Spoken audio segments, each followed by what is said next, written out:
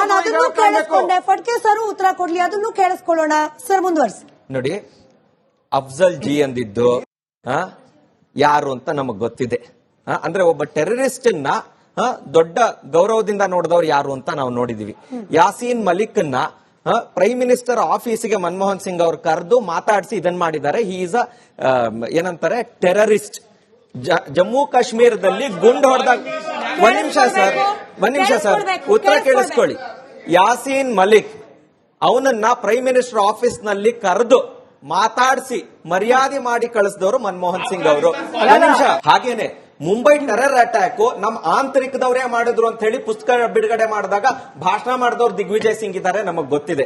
ಕರ್ನಾಟಕದ ಅಸೆಂಬ್ಲಿ ಒಳಗೆ ಅಂದ್ರೆ ಅಸೆಂಬ್ಲಿಯ ಹೊರಗಡೆ ಮೆಟ್ಲುಗಳಲ್ಲಿ ಪಾಕಿಸ್ತಾನ್ ಜಿಂದಾಬಾದ್ ಅಂದಿದ್ದು ಎಲ್ಲರಿಗೂ ಮಾಧ್ಯಮದಲ್ಲಿ ಕೇಳಿಸಿದೆ, ಯಾರು ಅಂತ ಗೊತ್ತಿದೆ. ಇದು ನರೇಟಿವ್ ಅಲ್ಲ, ಜಗತ್ತಿಗೆ ಕಾಣಿಸ್ತಾ ಇದೆ, ಜಗತ್ತಿಗೆ ಗೊತ್ತಿದೆ ಯಾರು ದೇಶದ ಪರ ಇದ್ದಾರೆ, ಯಾರು ಪಾಕಿಸ್ತಾನದ ಪರ ಇದ್ದಾರೆ ಅಂತ. ಅಟ್ಯಾಕ್ ಆದಾಗ ಏನ್ ಮಾಡಿದ್ರಿ ನೀವು? ಟೆರರಿಸ್ಟ್ಗೆ ರೆಡ್ ಕಾರ್ಪೆಟ್ ಹಾಕ್ಬಿಟ್ಟು ಹೋದ್ರಪ್ಪ ನೀವು ಆ ಕಡೆಗೆ ಅಂತಂದ್ರಿ. ಇದು ನಿಮ್ಮ ದೇಶ ಪ್ರೇಮ, ಇದು ದೇಶದ ಭದ್ರತೆ ಬಗ್ಗೆ ನೀವು ಇಟ್ಟಿರುವ ಕಾಳಜಿ. Yes, okay. ಮೊದಲನೇದು ಅವ್ರು ಕೇಳಿದ್ದು ಟುಕಡೆ ಹೊಂಗೆ ಅನ್ನೋದ್ ಜೊತೆ ನೀವ್ ಯಾಕೆ ನಿಂತ್ಕೊಂತೀರಿ ಅಂತ ಹೇಳಿ. ಯಾರ್ಯಾರು ಎಗನೆಸ್ಟ್ ಹೋಗ್ತಾರ ಅವರೆಲ್ಲ ಟುಕಡೆ ಹೆಂಗ್ ಅಂತ ಹೇಳಿದ್ದಲ್ಲ. ಕನಯ್ಯ ಕುಮಾರ್ ಟಿವಿ ಪ್ರೆಸ್ ಇದರೊಳಗಡೆಗೆ ಎಲ್ಲ ಮೀಡಿಯಾಗಳ ಮುಂದೆ ಭಾರತೀಯ ಟುಕಡೆ ಹೋಗಿ ಇನ್ಶಾಲ್ಲ ಅಂತೇಳಿ ಘೋಷಣೆ ಕುಕ್ಕೊಂಡು ಇಡೀ ಇದ್ರೊಳಗಡೆ ಪ್ರದರ್ಶನ ಮಾಡಿದ್ದು JNU ಕ್ಯಾಂಪಸ್ ಒಳಗಡೆಗೆ ಎಲ್ಲ ಮೀಡಿಯಾಗಳ ಮುಂದೆ. ಮೊದಲನೇದು. ಎರಡನೇದು, ಅಫ್ಜಲ್ ಗುರು ಅವರು ಇದಾದಾಗ ಅಫ್ಜಲ್ ಗುರು ಘರ್ ಘರ್ ಮೇ ಅಫ್ಜಲ್ ಗುರು ಪೈದಾ ಹೋದ್ಗೆ ಅಂತೇಳಿ ಸಮಾರಂಭ ಮಾಡಿದ್ದು ಇದ್ರೊಳಗಡೆಗೆ ಯಾವುದು JNU ಒಳಗಡೆಗೆ ಇದೇ ಗ್ಯಾಂಗ್ ಅವರು, ಇದೇ ಕನಯ್ಯ ಕುಮಾರ್. ಯಾರು ಕಾಂಗ್ರೆಸ್ ಕ್ಯಾಂಡಿಡೇಟ್ ಆಗಿದ್ರಲ್ಲ ಡೆಲ್ಲಿ ಎಲೆಕ್ಷನ್ ಅಲ್ಲಿ, ಅದೇ ಕನಯ್ಯ ಕುಮಾರ್ ಅವರು. ಅದಾದ್ಮೇಲೆ ಯಾಕೂಬ್ ಮೆಮನ್ ಅವ್ರಿಗೆ ಗಲಿಗೇರಿಸಿದಾಗ ಮಧ್ಯರಾತ್ರಿ ಹೋಗಿ ಕೋರ್ಟ್ನ ಬಾಗಿಲು ತಟ್ಟಿದ್ದಾರೆ ಹೇಳಿ ಇದೇ ಅಶೋಕ್ ಮನು ಸಿಂಘ್ವಿ, ಇದೇ ಇವರ AICC ಮೆಂಬರ್ ಆಗಿರ್ತಾರೆ ಅಶೋಕ್ ಮನು ಸಿಂಘ್ವಿ. ಹಾಗಾಗಿ ದೇಶ ವಿರೋಧಿ ಯಾವ್ಯಾವ ಕೆಲಸಗಳಾಗಿದೆ ಜೊತೆ ನಿಂತ್ಕೊಳ್ಳೋರು ಅವರು. ರಾಮ ದೇವರೇ ಅಲ್ಲ ಅಂತ ಕೋರ್ಟ್ಗೆ ಹೋದವರು ಇವರೇನೇನೆ, ನಾವೆಲ್ಲ ಹೋಗಿದ್ದು. ಇದಾದ್ಮೇಲೆ ಇನ್ನೂ ಪ್ರಶ್ನೆ ಹೇಳ್ತೀರಿ, ಅವ್ರೇನೋ ಬಿರಿಯಾನಿ ಅಂತಿತ್ತು. ಅವ್ರಿಗೆ ಬಿರಿಯಾನಿಗೆ ನೋಡಿ ಯಾವತ್ತೂ ಅಷ್ಟೇನೆ. ಇಂದಿರಾ ಗಾಂಧಿ ಅವರು 1979 ಮೋಸ್ಟ್ ಫೇವರ್ಡ್ ನೇಷನ್ ಅಂತ ಹೇಳಿ ಪಾಕಿಸ್ತಾನಕ್ಕೆ ಬಿರುದು ಕೊಟ್ಟು, ಅಂದ್ರೆ ಅತ್ಯಾಪ್ತ ರಾಷ್ಟ್ರ ಅಂತ ಮಾಡಿದ್ರು.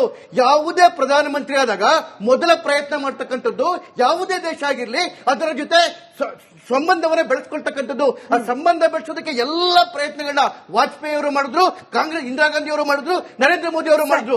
ನವಾಬ್ ಶರೀಫ್ ಅವರ ಮನೆಗೆ ಹೋಗಿದ್ದು ಅಷ್ಟೇನೆ.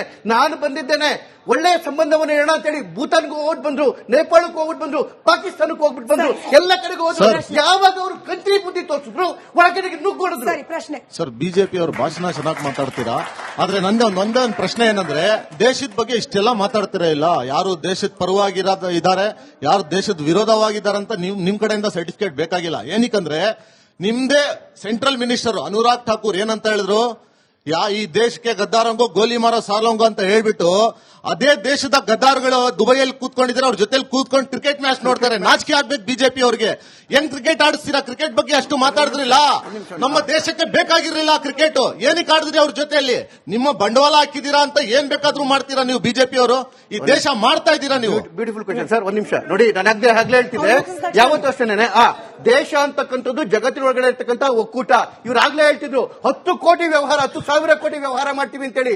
ನಾವು ಬೈಂಡ್ ಆಗಿರ್ತಕ್ಕಂಥದ್ದು WTOಗೆ, ವರ್ಲ್ಡ್ ಟ್ರೇಡ್ ಆರ್ಗನೈಸೇಷನ್ಗೆ, ವರ್ಲ್ಡ್ ಟ್ರೇಡ್ ಟ್ರೀಟಿಗೆ ನಾವೆಲ್ಲ ಸಿಗ್ನೇಚರ್ ಮಾಡಿದ್ದು. ರಾಜೀವ್ ಗಾಂಧಿ ಇದ್ದಾಗ ಮೊದಲ ಸಿಗ್ನೇಚರ್ ಬಿತ್ತು, ಮನಮೋಹನ್ ಸಿಂಗ್ ಇದ್ದಾಗ 2 ಸಿಗ್ನೇಚರ್ ಬಿತ್ತು. ಮಾತಾಡ್ತಾರೆ ಹೌದೌದು ನೋಡಿ. ಯಾಕೆ ಅಂತ ಹೇಳಿದ್ರೆ ಇವತ್ತು ಜಗತ್ತೊಳಗಡೆಗೆ ದೇಶ ಜಗತ್ತಿನ ದೊಡ್ಡ ಶಕ್ತಿ ಆಗ್ತಿರ್ತದೆ. ಯಾಕೆ ಅಂತ ಹೇಳಿದ್ರೆ ಇಂಟರ್ನ್ಯಾಷನಲ್ ಇದರೊಳಗಡೆಗೆ ಎಲ್ಲಾ ದೇಶಗಳು ನಮ್ಮ ಪರವಾಗಿ ನಿಂತ್ಕೊಂಡಿರ್ತಕ್ಕಂಥದ್ದು. ಯಾಕೆ ಅಂತ ಹೇಳಿದ್ರೆ ಯಾವ ದೇಶದ ವಿಚಾರಕ್ಕೂ ನಾವು ಧಕ್ಕೆ ಮಾಡ್ತಾ ಇಲ್ಲ. ಇದು ನಮ್ಮ UPA ಕಾಂಗ್ರೆಸ್ ಸರ್ಕಾರ ಅವಧಿಯಲ್ಲಿ ಶ್ರೀಲಂಕಾ, ನೇಪಾಳ ನಮ್ಮ ಮಿತ್ರ ರಾಷ್ಟ್ರ ಆಗಿತ್ತು. ಇವತ್ತೇನಾಗಿದೆ, ಅವ್ರ ಜೊತೆ ಹೋಗಿದ್ದಾರೆ, ಚೈನಾದವ್ರ ಜೊತೆ ಹೋಗಿದ್ದಾರೆ. ಇವರು ಅಫ್ಘಾನಿಸ್ತಾನ, ಇರಾನ್, ಇರಾಕು, ನಮ್ಮ ಅನ್ಯ ಮಿತ್ರರಿಗೆ ಇದು ಮಾಧ್ಯಮದ ಮುಂದೆ ನಿಂತ್ಕೊಂಡು ಅಷ್ಟೋ ಇಷ್ಟೋ ಮಾತಾಡ್ತಾರಲ್ಲ, ಅವ್ರಿಗೆ ಅಫ್ಘಾನಿಸ್ತಾನ ಅವ್ರಿಗೆ, ಇರಾನ್ ಅವ್ರಿಗೆ, ಮಿಕ್ಕಿದ ರಾಷ್ಟ್ರಗಳಿಗೆ ಬಡ್ಜೆಟ್ ಅಲ್ಲಿ ಎಷ್ಟು ಹಣ ಎತ್ತಿರ್ತಿದ್ದಾರೆ ಅಂತ ಸ್ವಲ್ಪ ಅವ್ರ ಮಾಹಿತಿ ಇಟ್ಕೊಳ್ಬೇಕು. ಅಲ್ಲಲ್ಲ, ಒಂದ್ ನಿಮಿಷ. ಅಫ್ಘಾನಿಸ್ತಾನ ಅವ್ರಿಗೆ 500 ಕೋಟಿ ಎತ್ತಿರ್ತಿದ್ದಾರೆ. ಏನಕ್ಕೆ? ಕರ್ನಾಟಕ ಕೊಡಕ್ಕಾಗಲ್ಲ ಅಫ್ಘಾನಿಸ್ತಾನ ಅವ್ರಿಗೆ. ಮಾರಿಷಸ್ ಕೊಡ್ತಾರೆ, ಅಫ್ಘಾನಿಸ್ತಾನ ತಗೊಂಡೋಗಿ ಕೊಡ್ತಾರೆ. ಇವತ್ತು ನಮ್ಮ ಪಕ್ಕದ ರಾಷ್ಟ್ರಗಳೆಲ್ಲ ನಮ್ ಜೊತೆ ನಿಂತಿಲ್ಲ, ಇವತ್ತು ನಿಂತಿರೋದವರು ಚೈನಾ ಜೊತೆ. ಫಡ್ಕೆ ಸರ್, ಅಲ್ಲಿಗೆ ಯಾವುದೇ ಒಂದು ರಾಷ್ಟ್ರ ಪರ್ಮನೆಂಟ್ ಶತ್ರು ಪರ್ಮನೆಂಟ್ ಮಿತ್ರ ಆಗ್ಲಿಕ್ಕೆ ಸಾಧ್ಯ ಇದೆಯಾ ಅಂತ ಹೇಳಿ ಭಾರತಕ್ಕೆ ಹೇಳ್ತೀನಿ. ಏನಂದ್ರೆ ನೋಡಿ, ಜಗತ್ನಲ್ಲಿ ನಾವೆಲ್ಲರೂ ಇದೀವಿ, ಇರೋದು ಸತ್ಯ. ನಮ್ ಸುತ್ತಲೂ ಮುತ್ತಲು ನಮ್ ನೇಬರ್ಸ್ ನಮ್ ಪೇರೆಂಟ್ಸ್ ನಾವ್ ಹೇಗೆ ಚೇಂಜ್ ಮಾಡಕ್ ಆಗಲ್ವೋ, ನಮ್ ನೇಬರ್ಸ್ ನಾವು ಚೇಂಜ್ ಮಾಡಕ್ ಆಗಲ್ಲ. We have to deal with them.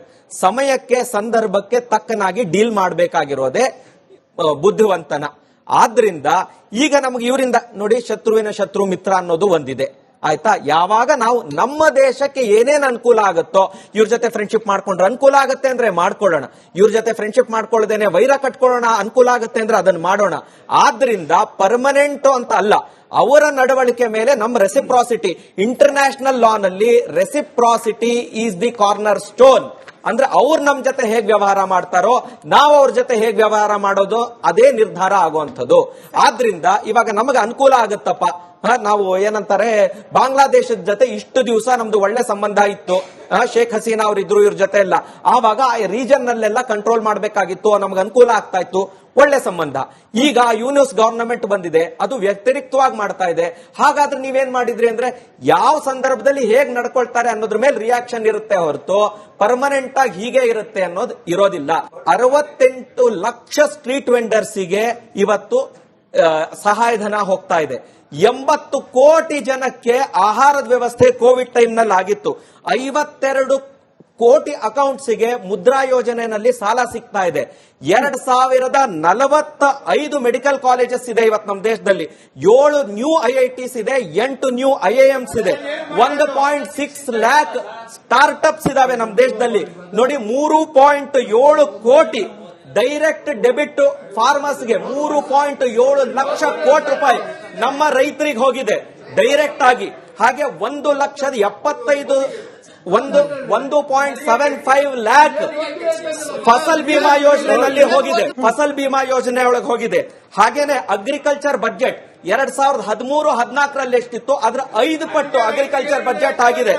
ಆಮೇಲೆ ನಿಮಗೆ ಎಲ್ಲಾ ಪ್ಲಾಟ್ಫಾರ್ಮ್ ಅಲ್ಲೂ ಇದೆ, ಕ್ರಾಸ್ ಚೆಕ್ ಮಾಡ್ಕೊಳ್ಳಿ. ತಪ್ಪು ಅನ್ನೋಂಗಿದ್ರೆ ಡಿಜಿಟಲ್ ಸೆಕ್ಷನ್ ಅಲ್ಲಿ ಕಾಮೆಂಟ್ ಮಾಡಿ. ಮುಂದಿನ ಪ್ರಶ್ನೆ. ನನ್ನ ಹೆಸರು ಪ್ರಸನ್ನ ಅಂತ, ನಾವು ಕಾಂಗ್ರೆಸ್ನವ್ರಿಗೆ ಡೈರೆಕ್ಟ್ ಇದು ಪ್ರಶ್ನೆ. 1967ರಲ್ಲಿ ಇಂದಿರಾ ಗಾಂಧಿ ಅವರು ಪ್ರಧಾನಿ ಆಗ್ತಾರೆ ಮೊದಲು. ಆಗ ಕಾಂಗ್ರೆಸ್ ವಿಭಜನೆ ಆಗ್ತೈತೆ. ವಿಭಜನೆ ಆದ್ಮೇಲೆ ಕಮ್ಯುನಿಸ್ಟ್ ಅವರು ಸಪೋರ್ಟ್ ಕೊಡ್ತಾರೆ. ಕಮ್ಯುನಿಸ್ಟ್ ಅವ್ರು ಸಪೋರ್ಟ್ ಕೊಟ್ಟಾಗ ಅವ್ರು ಕಂಡೀಷನ್ ಹಾಕ್ತಾರೆ, ಒಂದು ಇದು ಮಾಡಬೇಕು, ನಾವು ಯೂನಿವರ್ಸಿಟಿ ಮಾಡಬೇಕು ಅಂತ. ಆ JNU ಮಾಡಿದ್ದು ಕಮ್ಯುನಿಸ್ಟ್ ಅವರು ಇದ್ರ ಮೇಲೆನೆ. ಇವತ್ತು ದೇಶದ ವಿರೋಧಿ ಕೆಲಸಗಳು ಏನೇನ್ ಮಾಡ್ತಾರೋ ಅಂತವ್ರನ್ನ ರತ್ನ ಗಂಬಳಿ ಹಾಕಿ ಒಂದು ಚೈನಾ ಕಳಿಸ್ತಾರೆ, ರಷ್ಯಾ ಕಳಿಸ್ತಾರೆ ಕಮ್ಯುನಿಸ್ಟ್ ಬಗ್ಗೆ ಇದು ಮಾಡಕ್ಕೆ. ಇದೆಲ್ಲ ಇವತ್ತು ಏನು ನಮ್ಮ ದೇಶದಲ್ಲಿ ಟೆರರಿಸ್ಟ್ ಮತ್ತು ದೇಶ ವಿರೋಧಿ ಚಟುವಟಿಕೆಗಳಾಗಕ್ಕೆ ಯೂನಿವರ್ಸಿಟಿ ಸ್ಥಾಪನೆ ಮಾಡಿದ್ದು ಕಾಂಗ್ರೆಸ್. ಇದಕ್ಕೆಲ್ಲ ಹೊಣೆ ಅವರೇ ಹೊತ್ಕೊಬೇಕು. ಇದೇ JNU ಹೇಳ್ತೀರಲ್ಲ, 68 ಸ್ಥಾಪನೆ ಆಯ್ತು, ಏನೋ ಉತ್ಪಾದನೆ ಮಾಡ್ತೀರಾ, ಟೆರರಿಸ್ಟ್ ಇದಾರೆ ಅಂತ. ನಿಮ್ಮ external affairs minister Jaishankar is from same university. Certainly correct your sentence mister. ನಿಮ್ಮ ಹೆಸರು ಗೊತ್ತಿಲ್ಲ? ನಿರ್ಮಲಾ ಸೀತಾರಾಮನ್ ರಾಜ್ಯಕ್ಕೆ ಕೊಟ್ಟಿರುವುದು ಚೊಂಬು, ಕರ್ನಾಟಕಕ್ಕೆ ಕೊಟ್ಟಿರುವುದು ಚೊಂಬು. ಅದೇ ಯೂನಿವರ್ಸಿಟಿಯಿಂದ ನೀವೇನ್ ಹೇಳ್ತಿದ್ದೀರಿ? ಯೂನಿವರ್ಸಿಟಿ ಅದೇ ಯೂನಿವರ್ಸಿಟಿಯಿಂದ ಬಂದಿರುವುದು ನಿರ್ಮಲಾ ಸೀತಾರಾಮನ್ ಚೊಂಬು ಕೊಟ್ಟಿರುವ ಮಂತ್ರಿ. ಮೂರು, ನಿಮ್ಮ ಶತ್ರು ಆಗಿರುವ ಬಿಜೆಪಿ ಸಂಸದ ಸುಬ್ರಹ್ಮಣ್ಯಂ ಸ್ವಾಮಿ ನಿಮ್ಮ ಮಿತ್ರ ಆಗಿದ್ದ 2014 ಮುಂಚೆ. ಇವತ್ತು ನೀವು ಅವ್ರನ್ನ ಶತ್ರು ಅಂತ ಕರೀತಿದ್ದೀರಾ. ಪಾಪ ವಯಸ್ಸಾಗಿದೆ, ನಾವು ಬೆಲೆ ಕೊಡ್ತೀವಿ ಅವ್ರಿಗೆ. ಅದೇ JNU ಇಂದ ಉತ್ಪತ್ತಿ ಆಗಿರುವ ಒಂದು ಸ್ಟೂಡೆಂಟ್, ಅದ್ರ ಬಗ್ಗೆ ಮಾತಾಡಿ ಸ್ವಾಮಿ. ನೀವು ಚೈನಾ ಅವ್ರದ್ದು ಒಂದು GDP ನೋಡಬಹುದು, ಗ್ಲೋಬಲ್ GDP ನೋಡಬಹುದು. ಅವ್ರು ಬಂದ್ಬಿಟ್ಟು 26.6% ಅವರು ಗ್ಲೋಬಲ್ GDPಗೆ ಕಾಂಟ್ರಿಬ್ಯೂಟ್ ಮಾಡ್ತಾ ಇದ್ದಾರೆ. ನಾವು ಇಂಡಿಯಾ 17% ಮಾಡ್ತಾ ಇದೀರಿ. ಅದೇ US 10% ಮಾಡ್ತಾ ಇದೀರಿ. ಆದ್ರೆ ಇವತ್ತು ನಾವು ಇಂಡಿಯಾ US ಹೇಳ್ದಂಗೆ ಕೇಳಬೇಕು. ಯಾಕೆ ಸ್ವಾಮಿ ಈ ತರ ಜನರಿಗೆ ಏನಂತ ಹೇಳ್ತಾ ಇದೀರಾ? ಯಾಕಂದ್ರೆ ಇವತ್ತು ಪ್ರತಿಯೊಂದು 140 ಕೋಟಿ ಜನರಿಗೂ ಬೇಕಾಗಿರೋದು ನನ್ನ ರಕ್ಷಣೆ, ನಮ್ಮ ಫ್ಯಾಮಿಲಿಯ ಆರೋಗ್ಯ ಮತ್ತು ನನ್ನ ಮಕ್ಕಳ ಭವಿಷ್ಯ. ಈ ಮೂರರಲ್ಲೂ ಮೋದಿ ಅವರು ಫೇಲ್ಯೂರ್ ಆಗಿದ್ದಾರೆ ಅಂತ ನಾನು ಹೇಳಕ್ ಇಷ್ಟಪಡ್ತೀನಿ. ಆಯುಷ್ಮಾನ್ ಭಾರತ್ ಸ್ಕೀಮ್ ಏನಿದೆಯಲ್ಲ, ಜಗತ್ತಿನ ಅತ್ಯಂತ ದೊಡ್ಡ ಮೆಡಿಕಲ್ ಇನ್ಶೂರೆನ್ಸ್ ಸ್ಕೀಮ್ ಇದೆ. ಮೊದಲನೇದು. ಎರಡನೇದು ನೋಡಿ, ಯಾರು ಡಿನೈ ಮಾಡಕ್ಕಾಗಲ್ಲ, ಉಜ್ವಲ ಯೋಜನೆಯಲ್ಲಿ 10 ಕೋಟಿ ಮನೆಗಳಿಗೆ LPG ಹೊಸದಾಗಿ ಆಗಿರುವಂತದ್ದಿದೆ. ಆಮೇಲೆ ಜಲಜೀವನ್ ಯೋಜನೆಯಲ್ಲಿ ಪ್ರತಿಯೊಂದು ಮನೆಗೂ ನಲ್ಲಿ ನೀರು ಬರಬೇಕು ಅನ್ನೋದು ನಡೆದಿದೆ. ಇವತ್ತು ಅತ್ಯಂತ ಹೈಯೆಸ್ಟ್